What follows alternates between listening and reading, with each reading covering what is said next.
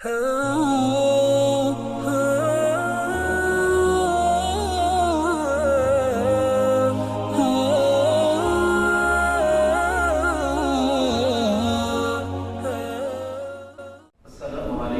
warahmatullahi wabarakatuh. Assalatu wassalamu alayka ya Rasulullah. Assalatu wassalamu alayka ya Habiballah. Assalatu wassalamu alayka jaddil Husaini wal Husain.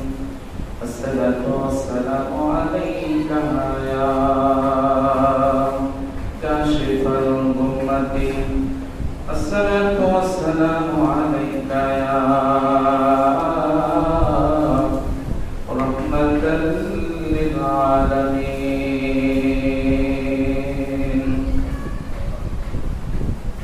Wa alika wa ashabika wa azwajika wa jamalika wa ahli sunnatihi ajma'in. Amma ba'du, faqad qala Allahu ta'ala fi kalamihil qadim wa fi furqanihil hamid. A'udzu billahi minasy syaithanir rajim. Bismillahirrahmanirrahim. Innallaha wa malaikatahu yusalluna 'alan nabi ya ayyuhalladzina amanu sallu 'alaihi wa sallimu taslima.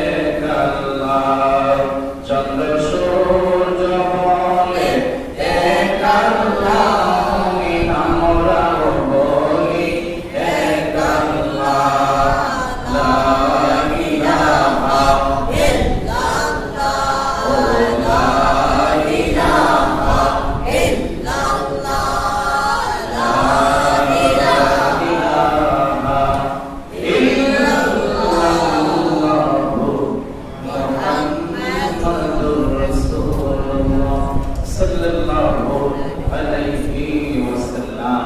মুআদ্দাস মুহতারাম, সম্মানিত মুসল্লিন কিরাম, মুরব্বি আযম, আল্লাহ সুবহানাহু ওয়া তাআলার দরবারে আমরা লাখ কোটি শুকর এই জন্য যে মহান আল্লাহ সুবহানাহু ওয়া তাআলা যিনি আমাদেরকে গত জুমা হইতে গত জুমা পর্যন্ত যিনি আমাদেরকে সুস্থ করে আল্লাহর ঘর মসজিদ পর্যন্ত আসার যিনি আমাদেরকে সুযোগ করে দিয়েছেন, তার জন্য সকলে জবান খুলে উচ্চ কণ্ঠে বলেন আলহামদুলিল্লাহ।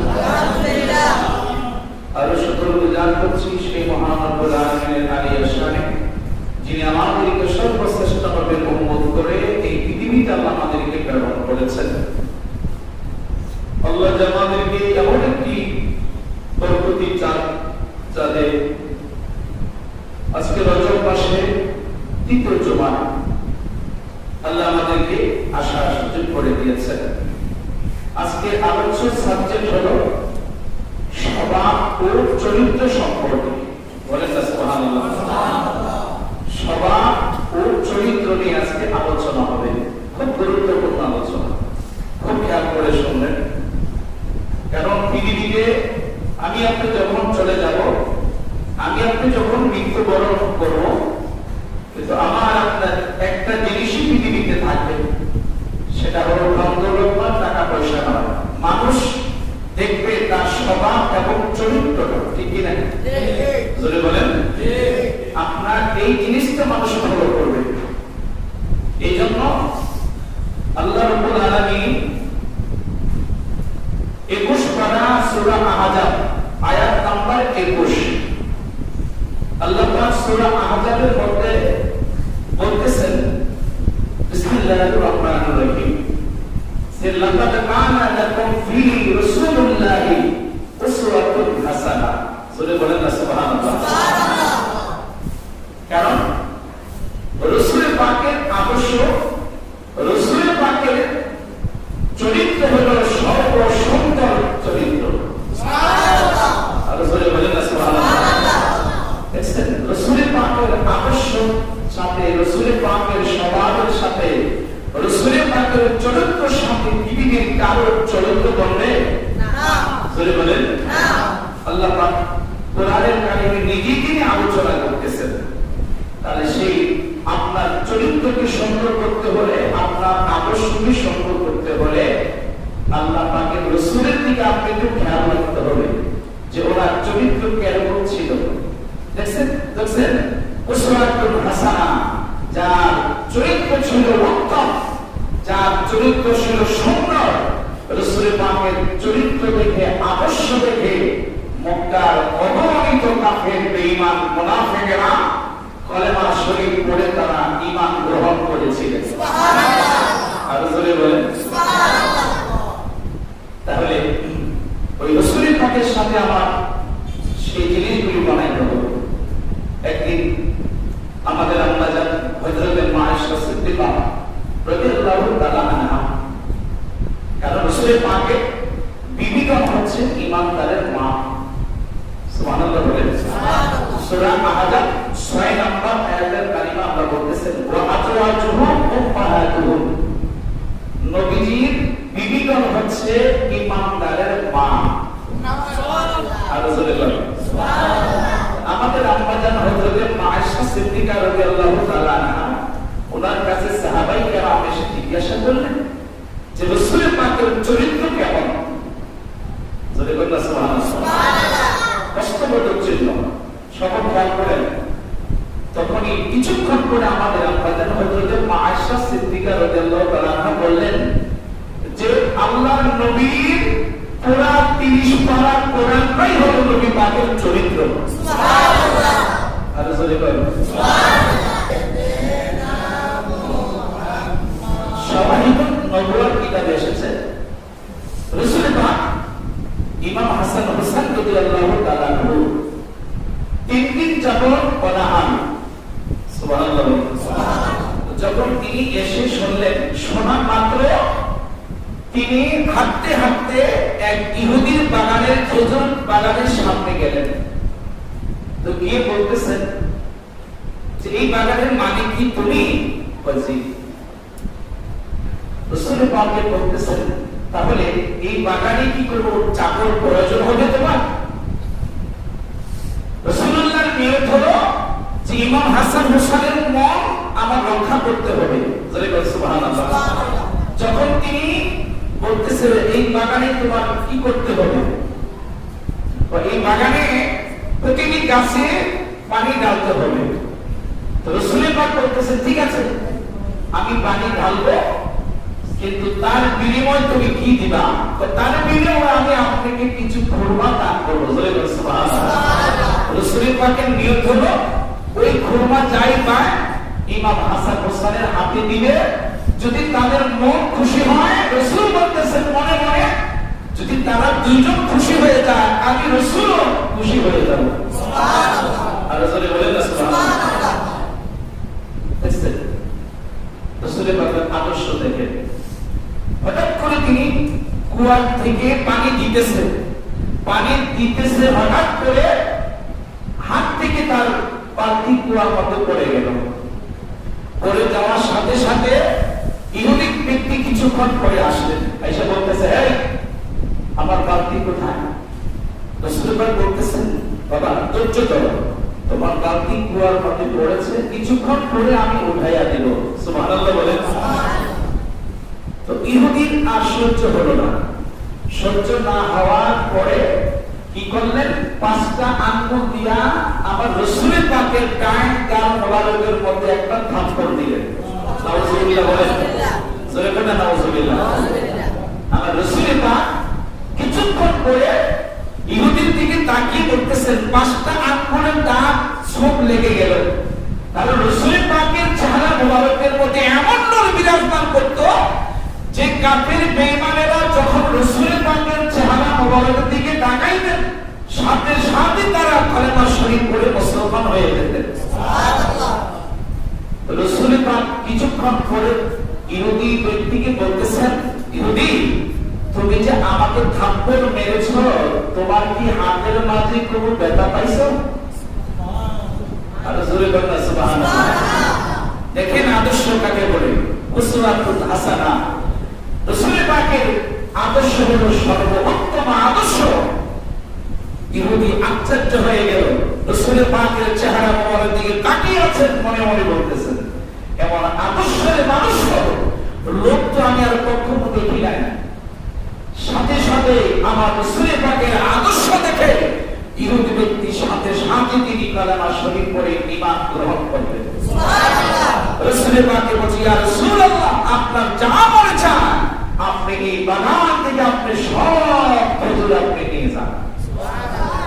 আল্লাহুম্মা সাল্লি আলা সাইয়্যিদিনা মাওলানা মুহাম্মদ। আমরা কি করতাম বলেন, আমরা কিভাবে মানুষের প্রতিশোধ নিব? কিন্তু রাসূল পাকের স্বভাব চরিত্রকে নিরূপণ ছিল। আমরা কিভাবে একজন আরেকজনকে আমরা আক্রমণ করব, আমরা প্রতিশোধ নিব, এই চিন্তা আমাদের মধ্যে আছে। কিন্তু এই কাজ কখনো করবেন না। আপনি কি সে আক্রমণ করার আপত্তি নাই? এই দেখেন আহমদ শরীফের হাদিস, রাসূল পাক বলতেছেন আবারা ফিল হাদিসিস শরীফ ইন্না রাসূলান তাসলামা আবা বকর। আবু বকর সিদ্দিককে একজন ব্যক্তি গালি দিতেছে। খেয়াল করেন, আমার নবীজির ইসলামের প্রথম খলিফা আবু বকর সিদ্দিককে আন্না রাসূলান সাদামা আবা বকর, আবু বকরকে গালি দিতেছে। দাওয়াত দিতেছে ওয়া আনিন নবী সাল্লাল্লাহু আলাইহি ওয়াসাল্লাম জালিসুন ইয়াতাআসসামা ওয়া ইয়াতাআসামু। তখন রাসূল পাক দূর থেকে দাঁড়িয়ে দাঁড়িয়ে তিনি মুস্কি মুস্কি হাসতেছেন। সুবহানাল্লাহ। সুরে বলেন সুবহানাল্লাহ। খেয়াল করেন, আবু বকর সিদ্দিককে এক ব্যক্তি গালি দিচ্ছে আর আমার রাসূল পাক দূর থেকে দাঁড়িয়ে দাঁড়িয়ে তিনি হাসতেছেন, মুস্কি মুস্কি হাসতেছেন। তো আশ্চর্য হয়ে ফালাম্মা আকসি উনজিরা রাদ্দা আলাইহি বাদা কাউলিহি ফাগাদাবা নবী সাল্লাল্লাহু আলাইহি ওয়াসাল্লাম। তো নবী পাক যখন ওই লোকটা বেশি করে গালি দিচ্ছে আবু বকর সিদ্দিককে, আবু বকর তার প্রতি উত্তরে তিনি জবাব দিয়ে ফেললেন। তো জবাব যখন দিলেন কাউলিহি ফাগাদাবা নবী সাল্লাল্লাহু আলাইহি ওয়াসাল্লাম ওয়াকামা, আমার নবী সেখানে দণ্ডায়মান ছিলেন, আমার নবী রাগান্বিত হয়ে গেলেন। খেয়াল করেন, রাগান্বিত হয়ে গেলেন। ফারাহিকাহুল আবু বকর, আবু বকর সিদ্দিক বলতেছেন, ইয়া রাসূলুল্লাহ কানা ইয়াসতুমুনি ওয়া আনতা জালিসুন। ইয়া রাসূলুল্লাহ, যখন লোকটা আমাকে গালি দিতেছে আর আমি যখন তার প্রতি উত্তরে দিলাম আপনি রাগান্বিত হয়ে গেলেন, তার কারণটা কি? দেখছেন, ফালাম্মা রাদাতু আলাইহি বাদা কাউলিহি লাকিত্তা ওয়া কুনতা।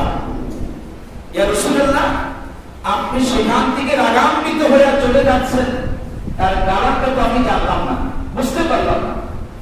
রাসূলুল্লাহ বলতেছেন, ওয়ালা ওয়ালা দিয়ে আমার নবীকে বোঝাচ্ছেন, কানা মাকা মালাকুন ইয়ারুদ্দু আলাইহি। জোরে বল সুবহানাল্লাহ।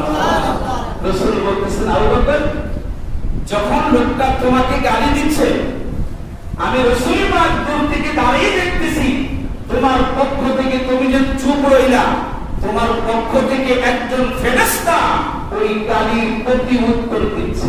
সুবহানাল্লাহ। ভাই না রাসূল বলেন সুবহানাল্লাহ। না বলেন, রাসূল বলতেছেন যে তুমি যে লোকটাকে গালি দিচ্ছ, আমি রাসূল দূর থেকে দাঁড়িয়ে দেখতেছি যে তুমি যে গালি দিচ্ছ না, তুমি যে দাঁড়িয়ে আছো, চুপ করে আছো, তখন তোমার পক্ষ থেকে একজন ফেরেশতা আল্লাহ নাযিল করে দিয়েছেন। ওই লোকটা গালি দিচ্ছে আর ফেরেশতা তোমার প্রতি জবাব গালির প্রতি উত্তরে দিচ্ছে। জয় সুবহানাল্লাহ। রাসূল বলতেছেন, ফালাম্মা রাদাতু আলাইহি, যখন তুমি ওই লোকের জবাব গালি দিচ্ছে, তুমি যখন আমার পুনরায় জবাব দিয়েছো, রাসূল বলতেছেন ওয়াকা শয়তান, তখন সাথে সাথে শয়তান সেখানে অবতীর্ণ হয়ে গেল। নাউযুবিল্লাহ। দেখছেন, তখন ছিল তুমি যে জবাব দাও নাই, তোমার প্রতি উত্তরে একজন ফেরেশতা জবাব দিচ্ছে। এই জন্য আমি রাসূল মুসকে মুসকে হেসেছি। আর যখন তুমি জবাব দিয়ে ফেললাম, তখন দেখতেছে আমি রাসূল সেখানে শয়তান অবতীর্ণ হয়েছে, অভিশপ্ত দিচ্ছে। এই জন্য এই হাদিস থেকে কি বুঝলেন? যে আপনি কি গালি দেবেন, আপনি কি সে মারক, আপনি চুপ করে চলে আসবেন। আল্লাহু আকবার বলেন। এই আদর্শটা রাখবেন। আমি যতদিন থাকি, নাও থাকি, ইনশাআল্লাহ আল্লাহর রহমতে কাউকে কোনোদিন সমাজের যেন আমাদের কোনো বিশৃঙ্খলা না হয়। সে আপনাকে গালি দেব, আপত্তি নেই, আপনি তাকে পয়সা দিবেন। রাসূল পাক কি বললেন ইহুদিকে, যে বাবা তুমি যে আমাকে মারছো, তোমার কি হাতের মাঝে ব্যথা পাইছো? সুবহানাল্লাহ। সুবহানাল্লাহ। এই জন্য রাসূল পাকের চরিত্র দিকে খেয়াল রাখবেন, মনোযোগ দিবেন হবে না। এই জন্য আজকের থেকে কি বুঝলেন? যে আমাদের ছেলে মেয়েদেরকে স্বভাব চরিত্র শিক্ষা দিবেন, আদর্শ শিক্ষা দিবেন, তাদেরকে ভালো কথা শিক্ষা দিবেন, তাদেরকে ভালো কাজের দিকে দাবিত করবেন, যাতে করে আপনার কোনো বদনাম না হয়, যাতে করে রাসূল পাকের সেই চরিত্র দিকে আমাদের নজর রাখতে হবে। নিজের স্বভাব চরিত্র যেন আমাদের সমাজে বাধা হয়। মৃত্যুর পরে আপনাদের জন্য সে দোয়া করে, আপনার জন্য যেন মানুষ দোয়া করে, এমন কাজ আপনি দুনিয়াতে গঠন করে যাবেন। আল্লাহ সুবহানাহু ওয়া তাআলা আমাদের সকলকে যেন স্বভাব ও চরিত্র নিয়ে এবং রাসূলুল্লাহর সেই চরিত্র আদর্শ যেন আমরা ধরে রাখতে পারি। আল্লাহ সুবহানাহু ওয়া তাআলা আমাদের সকলকে সেই তৌফিক দান করুন। জোরে বলেন আমিন। আরো জোরে বলেন আমিন। ওয়া মা আলাইনা ইল্লাল বালাগ। আসসালামু আলাইকুম ওয়া রাহমাতুল্লাহি ওয়া বারাকাতুহু।